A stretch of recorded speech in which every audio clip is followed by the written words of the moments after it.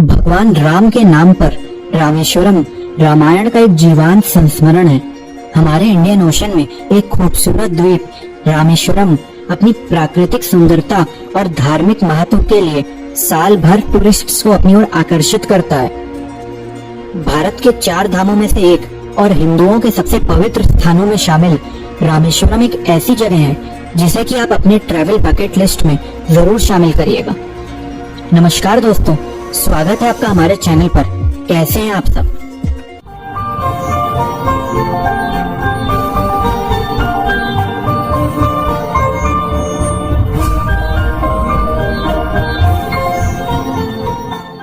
आज के इस वीडियो में हम आपको लेकर चलेंगे पाम्बन द्वीप स्थित रामेश्वरम में। इस वीडियो में आपको सारी जानकारी मिलेगी, जैसे कि आपको वहां पर कैसे पहुंचना है, रहने और खाने के क्या क्या ऑप्शंस हैं, रामेश्वरम में घूमने और दर्शन करने की कौन कौन सी प्लेसेस हैं, और इस वीडियो के अंत में हम आपको बजट भी बताएंगे, जिससे कि आप अपनी ये ट्रिप बिल्कुल ही परफेक्टली प्लान कर सकें।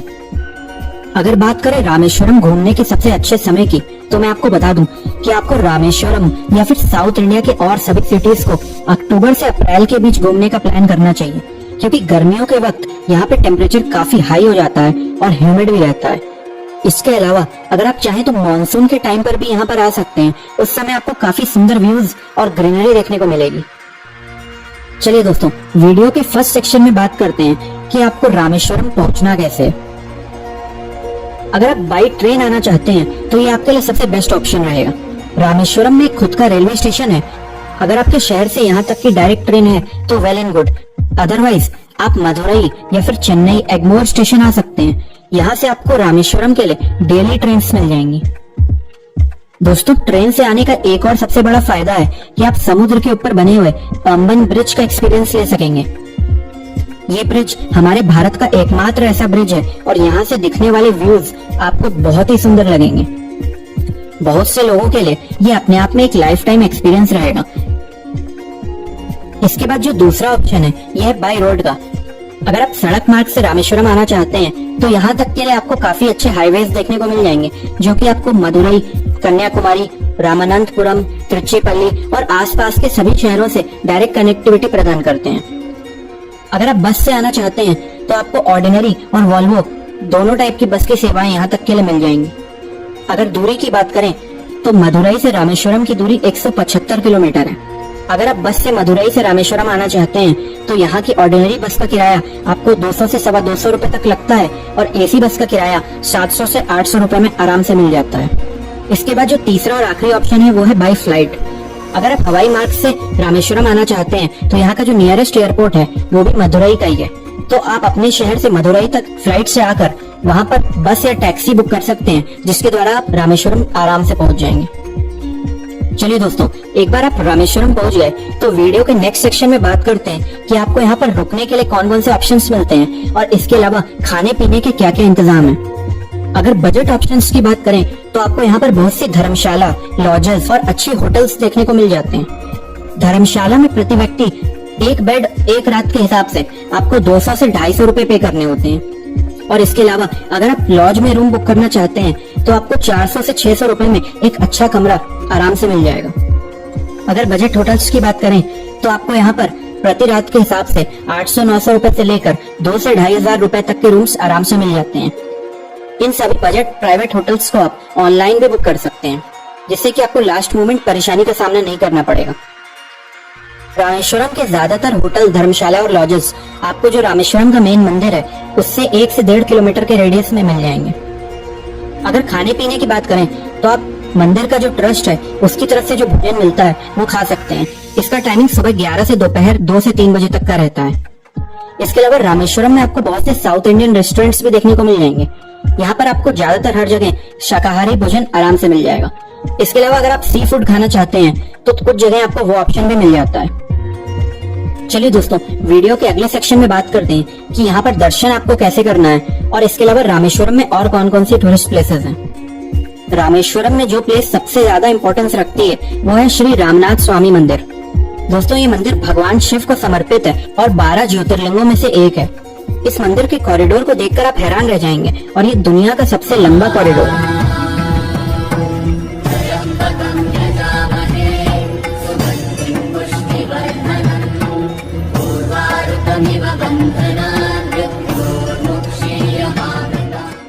इसी मंदिर के बाहर एक अग्नि तीर्थम बना हुआ है, जहाँ पर मंदिर में दर्शन करने से पहले आपको स्नान कर लेना चाहिए। यहाँ का पानी शांत और साफ है, तो आपको स्नान करने में कोई भी प्रॉब्लम नहीं होगी। ऐसी मान्यता है कि श्री राम जी जब रावण का वध करके आए थे तो वो भी यहीं पर स्नान किए थे। इसके बाद जब आप मंदिर परिसर में घुसते हैं तो फिर यहाँ पर आपको 22 कुंड देखने को मिलते हैं। हर कुंड के पास आपको यहाँ के ट्रस्ट के एम्प्लॉयज मिल जाएंगे, जो कि आपके ऊपर एक एक करके सभी कुंड का पानी डाल देते हैं। ऐसी मान्यता है कि इन कुंडों के पानी से स्नान करने के बाद आप अपने पापों से छुटकारा पा लेते हैं। यहीं पर आपको चेंजिंग रूम्स भी देखने को मिल जाते हैं। चलिए इसके बाद आप प्रस्थान करिए मंदिर के अंदर दर्शन करने के लिए।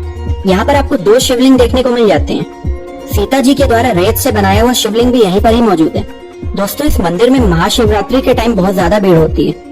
अगर नॉर्मल दिनों के टाइमिंग की बात करें तो यहाँ पर आप सुबह 4 साढ़े 4 बजे से लेकर दोपहर 1 बजे तक और फिर शाम 3 बजे से लेकर रात 8 बजे तक दर्शन कर सकते हैं। चलिए, ये तो हो गया रामेश्वरम का मुख्य मंदिर। इसके अलावा भी रामेश्वरम में और बहुत से मंदिर और टूरिस्ट प्लेसेस हैं जहाँ पर आप घूम सकते हैं। आइए उनके बारे में बात करते हैं। इस लिस्ट में सबसे पहला नाम आता है पंचमुखी हनुमान मंदिर का। दोस्तों, पंचमुखी हनुमान मंदिर रामेश्वरम मंदिर से केवल 2 किलोमीटर की दूरी पर स्थित है। ये मंदिर हनुमान जी के 5 रूपों के लिए प्रसिद्ध है। इसके अंदर हनुमान जी की मूर्ति को सिंदूर से सजाया गया है। मंदिर के बाहर आपको तैरते हुए बहुत से पत्थर मिल जाएंगे।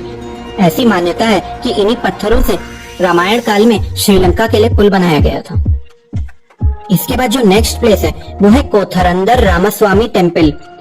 दोस्तों, इस मंदिर को रावण के छोटे भाई विभीषण का निवास स्थान माना जाता है और ये चारों तरफ से हिंद महासागर से घिरा हुआ है। ये वही स्थान है जहाँ पर विभीषण ने भगवान राम की मदद के लिए उनसे हाथ मिलाया था। यहाँ पर आपको राम जी, लक्ष्मण जी, सीता जी और हनुमान जी की मूर्ति भी देखने को मिल जाएगी। इसके बाद जो नेक्स्ट प्लेस है वो है कलाम नेशनल मेमोरियल। दोस्तों, हमारे देश के पूर्व राष्ट्रपति और प्रख्यात वैज्ञानिक डॉक्टर एपीजे अब्दुल कलाम के सम्मान में ये मेमोरियल बनाया गया था। यही प्लेस उनका मूल निवास स्थान था और यहीं पर उनकी परवरिश हुई थी। इस घर को म्यूजियम में तब्दील कर दिया गया है और यहाँ पर आपको उनके जीवन से जुड़ी बहुत सी बातों का पता चलेगा। अगर आप साइंस में रुचि रखते हैं तो उनकी सफलताओं को बयान करते हुए यहाँ पर आपको बहुत से पुरस्कार और प्रमाण पत्र देखने को मिल जाएंगे।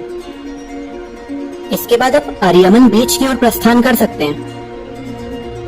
सफेद रेत पर जब आप अपने पैरों की छाप छोड़ते हुए आगे बढ़ते हुए पीछे मुड़कर देखेंगे तो आपको एक ऐसे सफर की अनुभूति होगी जो कभी न खत्म होने वाला होगा। असीम सुंदरता के लिए मशहूर ये रामेश्वरम का one of the most popular tourist place है। यहाँ की पानी की साफ व मचलती हुई लहरें जब आपके पैरों को स्पर्श करते हुए गुजरेंगी तो आपको एक अनोखा सा एहसास होगा। अब बढ़ते हैं अपने रामेश्वरम ट्रिप के आखिरी प्लेस की ओर, जिसका नाम है धनुषकोडी।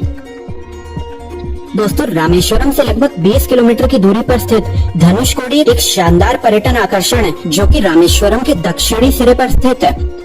धनुषकोडी का नाम भगवान राम के धनुष पर रखा गया है।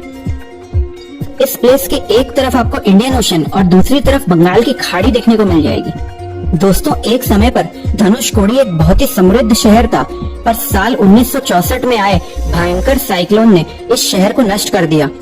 आज के समय में यहाँ पर कोई नहीं रहता है। यहाँ पर आपको बहुत से पुराने government buildings, post offices, railway station और लोगों के घर खंडहर के रूप में देखने को मिल जाएंगे। इस जगह को घोस्ट टाउन भी कहा जाता है। यहाँ का रेलवे स्टेशन भी उसी साइक्लोन में नष्ट हो चुका है, इसलिए आपको यहाँ आने के लिए ऑटो या फिर टैक्सी का सहारा लेना पड़ेगा। ये जगह भारत और श्रीलंका के बीच भारत का आखिरी मेनलैंड है। यहीं से राम सेतु यानी कि एडम्स ब्रिज की शुरुआत होती है। ऐसा माना जाता है कि यही ब्रिज रामेश्वरम को श्रीलंका से जोड़ता है। दोस्तों, इस जगह से श्रीलंका की दूरी मात्र 30 से 32 किलोमीटर रह जाती है। यहाँ पर आने के बाद आपको एक बहुत ही यूनिक एक्सपीरियंस मिलेगा, तो आप अपनी रामेश्वरम की ट्रिप में यहाँ पर जरूर आइएगा। चलिए दोस्तों, अगर ट्रिप आइटनरी की बात करें तो रामेश्वरम का ट्रिप आपका 2 दिन में आराम से कंप्लीट हो जाएगा।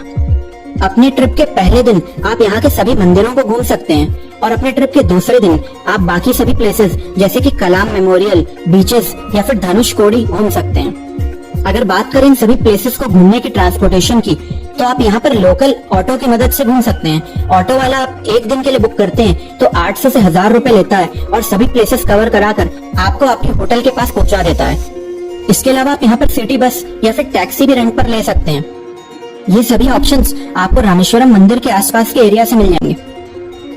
चलिए दोस्तों, वीडियो के लास्ट सेक्शन में बात करते हैं आपका इस ट्रिप का बजट कितना होना चाहिए। दोस्तों, अगर एक व्यक्ति के हिसाब से बात करें तो 2 दिन का रामेश्वरम का ट्रिप आपका 2 से 2,500 रुपए में आराम से कंप्लीट हो जाएगा। इसके अलावा अगर आप थोड़ा बहुत ज्यादा भी खर्चा करते हैं तो आपको मैक्स टू मैक्स 3 से 3,500 रुपए खर्च करने होंगे। इसमें आप यहाँ की सभी प्लेसेस को आराम से कवर कर लेंगे। तो ये था हमारा रामेश्वरम का एक कंप्लीट टूर प्लान। इसके बाद आपके मन में कोई डाउट या क्वेरीज हो तो आप हमें नीचे कमेंट बॉक्स में पूछ सकते हैं। कैसा लगा ये वीडियो हमें बताइएगा जरूर, और शेयर कर दीजिएगा इसे अपने फ्रेंड्स एंड फैमिली मेंबर्स के साथ जो कि रामेश्वरम का टूर प्लान कर रहे हैं। इससे पहले कि आप और किसी वीडियो में खो जाएं, नीचे लाल कलर का बटन दबाकर सब्सक्राइब जरूर कर लीजिएगा हमारे चैनल को, क्योंकि हम आपके लिए इस तरीके की वीडियोस लेकर आते रहते हैं।